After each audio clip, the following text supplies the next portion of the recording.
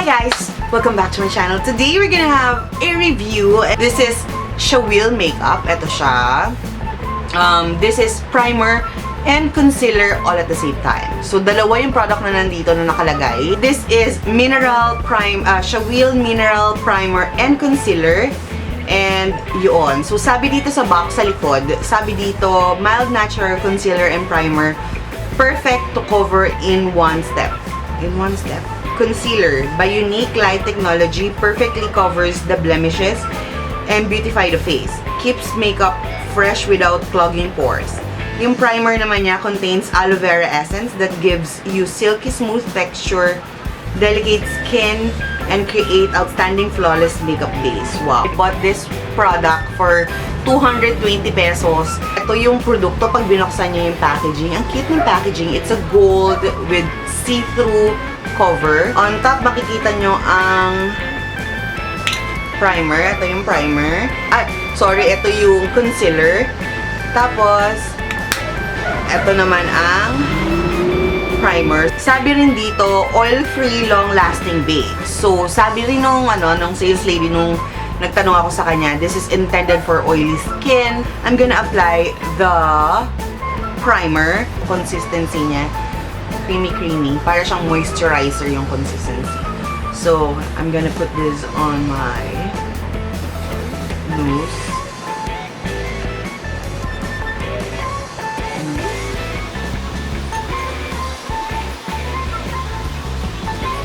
Alam niyo yung consistency ng Maybelline Pore Eraser or Baby Skin Pore Eraser?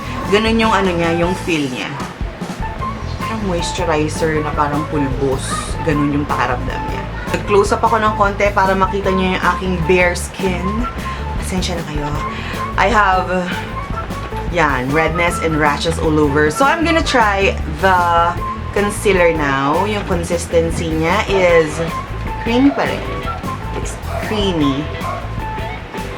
Yan. So, para siyang moisturizer eh. Yung pakiramdam niya.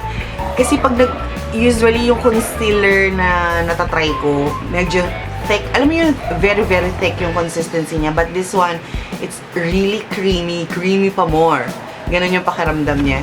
So, ito na yung product sa aking middle finger. I'm just gonna apply this on my under eyes, tapos dito, and then few in this area. At saka yung aking, totong blemish na yan.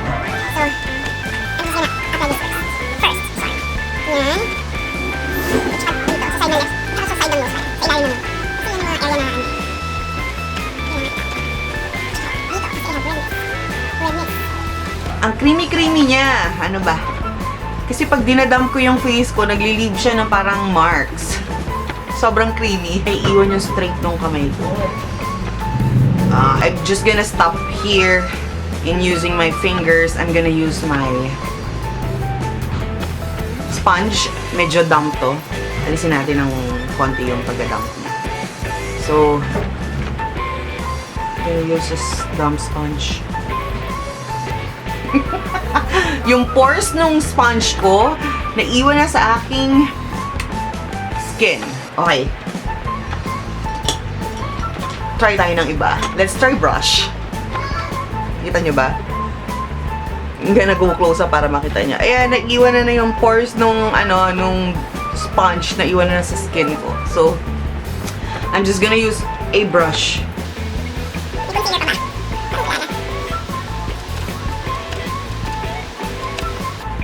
It's not advisable to use a sponge at saka ng kamay sa product na to. And I'm gonna continue on with my makeup. Kukumpletuhin ko na yung aking makeup. So, hey guys, I'm back. I'm putting on my makeup. And so far, okay naman siya. I just have few, meron lang akong konting-konting first impression or yung unang-unang reaction ko about this product is that if you have dry patches, it will surely emphasize that. Nung in-apply ko yung product, tsaka ko lang nakita na I have dry patches pala in this area. So, medyo okay naman siya. Hindi naman siya yung totally kitang-kita, pero yun nga, nakita ko yung aking dry patches because of this product. In terms of hiding, okay naman siya. Like, na-hide naman niya yung blemishes ko. Luminous effect siya kasi I can still see the bare skin. This is, dahil cream base siya, I suggest you guys to set it immediately. Nilagay ko yung concealer and then ginamitan ko siya ng brush to set. And then, to blend on my skin. Then, automatically, bilisan nyo, set nyo kagad siya ng powder. Kasi, parang hindi siya manuot dun sa mga fine lines nyo. Kasi yun ang napansin ko sa kanya kanina. Nung siya lang, talagang nanuot siya sa fine lines ko. But so far, wala pa naman ganon.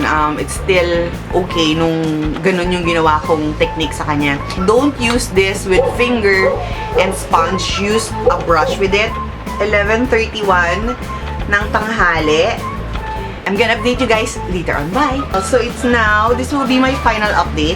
It's now, 5:09 na. Hindi lang nakikita, but it's 5:09 in the afternoon. So I've been wearing this product for about 6 hours. Pasensya na kayo sa ingay kasi dito yung dalawang cats ko, pinaglalaroan yung plastic. But it's been 6 hours since the usage of the product. Throughout the day kasi, nasa Robinsons Ermita ako. So medyo malamig doon and hindi ko masyadong na-test yung primer.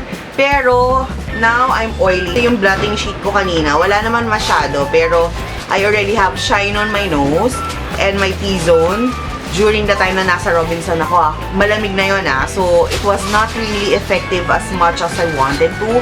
Blot lang ako ulit. Kasi, medyo shiny na naman ako. So, I think this doesn't help in any particular na pag-control lang oil ko. So, nalungkot ako no? Then, let's talk about the concealer. Sa concealer niya, I think this is good for everyday use, guys. If you're going to your office, ganon, and if gusto nyo yung mga sheen coverage lang. Pero kung full coverage yung ina-attain nyo, this is not a good concealer kasi hindi niya, it's natural looking Hindi siya, it's sheen lang. Sheen lang yung kanyang coverage. I don't feel that it really hidden my, alam mo yon, yung parang hina-highlight ka na at the same time, tapos may coverage pa. Walang ganon. It's just, in coverage niya, masyadong hindi ako impressed kasi I can still see darkness under my eyes. It's not a full coverage. Alam niyo, ang feeling ko dito sa concealer na to, it's a good, parang foundation. It's natural looking foundation lang. Hindi siya pang concealer at all kasi it doesn't hide any. I mean, wala. Kasi wala akong problema sa skin ko except for the redness that is now showing, as you can see, redness at saka yung aking under eyes. Pero, na-hide naman niya in a very sheen way. Alam niyo yung sheen, yung parang natural lang. Natural lang na hindi naman ganoon, hindi ganon ka-covered, hindi ganon kakita. Parang ganon, in between siya. So, I think this is not a full coverage concealer. May ganon ba? Supposedly, dapat talagang mukhang highlighted yung under eye ko. Pero, walang nangyaring ganon. Super sheen siya. Feeling ko talagang intended to for foundation, not for concealing, guys. It's blooming tingnan. As you can see, talagang mukha kong fresh, Yun lang ang napansin ko. Cons, marami ako. So, let's start with the cons first. The first one is, nanuot siya. As in, yung fine lines ko, binuksan nyo yan, makikita nyo dun yung concealer nanuot na sa aking fine lines. Even though I set it fast with a pressed powder kanina. Noong umpisa, okay siya. Pero as the hours go by, nanuot na rin siya. So, andun na rin siya sa mga fine lines ko.